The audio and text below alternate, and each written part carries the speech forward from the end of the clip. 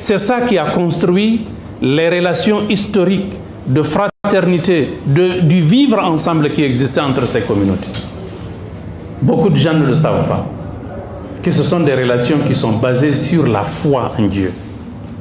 Ce n'est pas venu du hasard que des Dogons et des Peuls qui sont là, côte à côte, vivent ensemble pendant 2 siècles, 3 siècles, en bonne intelligence. Et je suis désolé de dire que la gouvernance coloniale, plus la gouvernance post-coloniale, a piétiné la nécessité pour nous de vivre cette foi, de comprendre cette foi et de la vivre. Cette foi qui est le ciment, qui nous cimente les uns vis-à-vis des autres. Donc notre gouvernance est responsable. C'est l'accumulation de tous ces heurements. Des gens qui nous ont gouvernés sans nous demander notre permission, ils nous ont mis sur un chemin qui... Le socialisme, il est venu, on n'a pas demandé notre permission. Et vous savez que le socialisme, c'est une idéologie athée. Pour un pays croyant, des gens qui sont croyants, à 99% de musulmans, et les autres croyants, les chrétiens et les autres également sont des croyants. Donc nous sommes dans un pays de croyants, une société de croyants. Et c'est ce qui a fait notre force. C'est la raison pour laquelle, au Moyen-Âge, notre État, l'État du Mali, avait atteint l'apogée de sa civilisation. C'est lorsque, je l'ai dit dans des débats, lorsque la gouvernance du Mali a rencontré, s'est alliée à la foi en Dieu, à l'islam. C'est ce jour-là que Dieu nous a propulsés vers le firmament et que le Mali a atteint l'apogée de sa civilisation. Il en est de même de tous les autres États qui ont existé sur notre espace, que ce soit l'empire l'empire Songhai, le royaume Peul du Massina, l'empire Tukulaire, l'empire du Ghana. Tous ces États ont atteint leur apogée quand ils se sont réconciliés avec la foi. Et c'est cette foi-là qui a fait de nous une nation.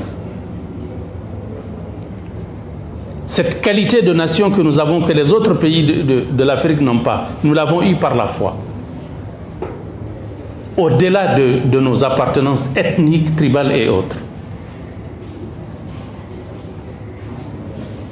Donc, aujourd'hui, nous avons effectivement besoin, j'ai entendu l'appel qui a été lancé par le président de la transition, pour dire qu'il faut aller vers un dialogue de réconciliation entre les Maliens. Ça, c'est une initiative extrêmement importante. On n'aura jamais trop fait de forums qui nous permettent d'aller dans le sens de notre réconciliation. Même si on en fait 10, ce n'est pas trop. Mais mon souhait, c'est que nous ne fassions pas comme les autres forums, les autres forats, dont le dernier en date est l'ANR, les ANR, les Assises nationales de la refondation. Il faudrait que, lorsqu'on se retrouve dans le cadre du dialogue national, que l'on n'occulte pas le point essentiel, le point le plus important qui est à la base de notre concorde, de notre union et de notre unité. C'est la part de Dieu. La part de Dieu dans ce qui nous tient, dans ce qui nous unit. Je l'ai dit, dans tous les domaines, ce n'est pas seulement dans le domaine de la réconciliation. Dans tous les aspects de notre gouvernance, si nous tenons compte de Dieu, si nous mettons Dieu au centre, nous allons gagner. Et si nous continuons à marginaliser Dieu dans notre gouvernance, dans notre système éducatif, dans notre organisation sociale, dans notre vision du monde, nous allons être marginalisés. Ça, je le dis en connaissance de cause. Donc, il nous faut aller vers le dialogue social, que ce dialogue soit organisé, mais que l'on aille sur des bases saines. C'est-à-dire qu'il ne faut pas que faire référence à Dieu reste un tabou dans notre gouvernance. Malheureusement, c'est le cas. Et ce n'est pas étonnant, c'est parce que justement, on nous a formatés dans ça. On nous a formatés dans ça. le fait d'écarter Dieu, le fait de négliger Dieu, le fait d'éloigner Dieu, le fait de refuser de faire référence à Dieu, ce n'est pas venu du hasard. C'est un travail systématique qui a été fait pendant la colonisation et pendant la période post-coloniale. Ça continue à le faire. Dans votre école ici, vous êtes dans un institut de sciences juridiques. N'est-ce pas? Et vous êtes d'accord avec moi que les références, le droit qu'on est en train de vous enseigner, on se garde de faire référence à Dieu, à l'origine divine de la justice. Parce que la justice a pour origine Dieu. Mais on ne vous le dira jamais. On va vous dire que ça vient de Jean-Jacques Rousseau, de Voltaire, de Diderot ou de d'Alembert. Mais on ne vous dira pas que ça vient de Dieu. La justice vient de Dieu. Pourquoi ça vient de Dieu? C'est le moment de vous le dire.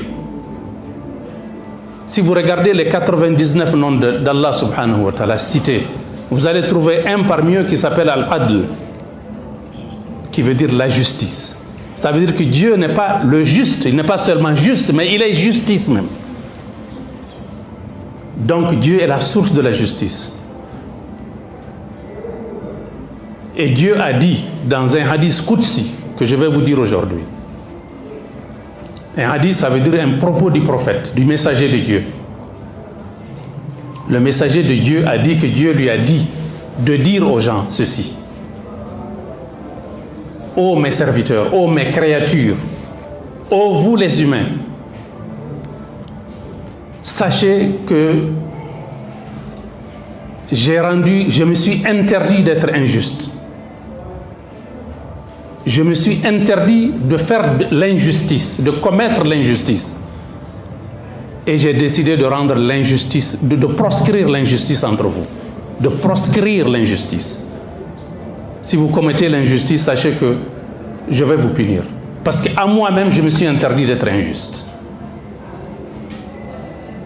Et vous savez que le pouvoir, ça se dit, tous les philosophes, tous les sages le disent.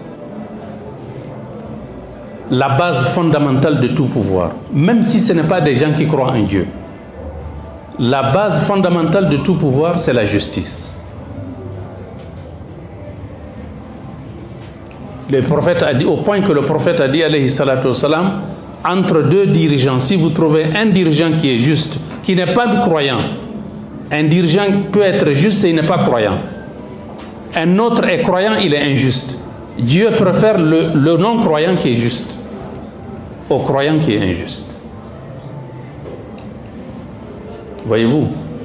Donc nous avons besoin effectivement de revenir à nous-mêmes. Moi j'insiste beaucoup, ça peut surprendre les gens. Quand je vous ai dit que c'est nous qui sommes à la base de ce que nous sommes en train de faire, nous avons été formatés dans ce que nous faisons. C'est parce que de l'indépendance à nos jours, nous avons poursuivi le système éducatif que nous avons hérité de la colonisation, qui est un système éducatif laïque, qui met des barricades. Laïque veut dire mettre des barricades au portail de nos écoles et de nos universités, pour que la religion n'y pénètre pas. Il y a des barricades invisibles que vous ne voyez pas, qui sont à toutes nos portes, aux portes de nos universités et de nos écoles, y compris votre école, votre institution, où il vous est interdit, il est interdit à la religiosité, à la référence au divin, de dépasser les portails de votre institut. Personne dans la salle ne peut me dire le contraire.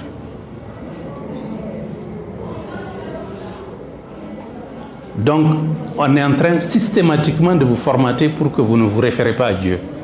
Or, rien, je l'ai dit tout à l'heure quand j'ai intervenu, le canevas, le contenu de la démocratie et de la citoyenneté, ça doit être une référence au divin. Et je vais profiter, parce qu'on ne m'avait accordé que 30 secondes, je n'ai pas pu terminer mon idée, je vais la terminer maintenant que j'ai le micro. Je vais vous dire ceci. Pour la gouvernance, ce qui doit nous préoccuper, je l'ai dit, c'est le résultat. Parce que j'ai vu quand on faisait le bilan de la période de Alpha Omar Konaré, il y a quelques mois, les gens en parlaient, il y avait le débat sur les réseaux sociaux. Les gens qui défendaient le régime ont dit que non, mais le bienfait ou l'atout de Alpha, ce qui est positif dans le régime de Alpha, c'est qu'Alpha, c'est lui qui nous a amené la démocratie. Mais il nous a amené la démocratie, mais il ne nous a pas fait partir de la misère et la désolation dans laquelle se trouvent les Maliens. Moi, je suis arrivé à Bamako pour la première fois en 73. J'étais étudiant. Je suis arrivé, j'ai fini le bac, je suis arrivé. Je me souviens, j'ai trouvé Dabanani. C'est Dabanani, non? Là où se trouve le marché. Pendant la pluie, les gens marchaient dans l'eau, il y avait les petites filles qui vendaient à la criée des trucs, etc. Aujourd'hui, vous allez là-bas, c'est la même chose. Rien n'a changé. 40 ans plus tard, ou 45, 50 ans plus tard. Rien n'a changé, c'est la même chose. Donc, on nous amène la démocratie, ça se mange la démocratie. Les gens sont affamés, les gens ont faim, les enfants, les femmes qui sont dans les rues, les trottoirs, les feux rouges, c'est les mêmes gens, rien n'a changé. On est encore dans la misère et dans la désolation, on nous dit parle de démocratie. La démocratie, si elle ne nous amène pas des dividendes, on la rejette. On n'en a pas besoin. On n'a pas besoin de faire des élections pour rester dans la misère. S'il y a quelqu'un qui peut nous apporter le développement, qui peut nous apporter le bien-être et la prospérité, qu'il reste roi ou qu'il reste, ce n'est pas notre problème, pourvu que nous sortions de ces difficultés.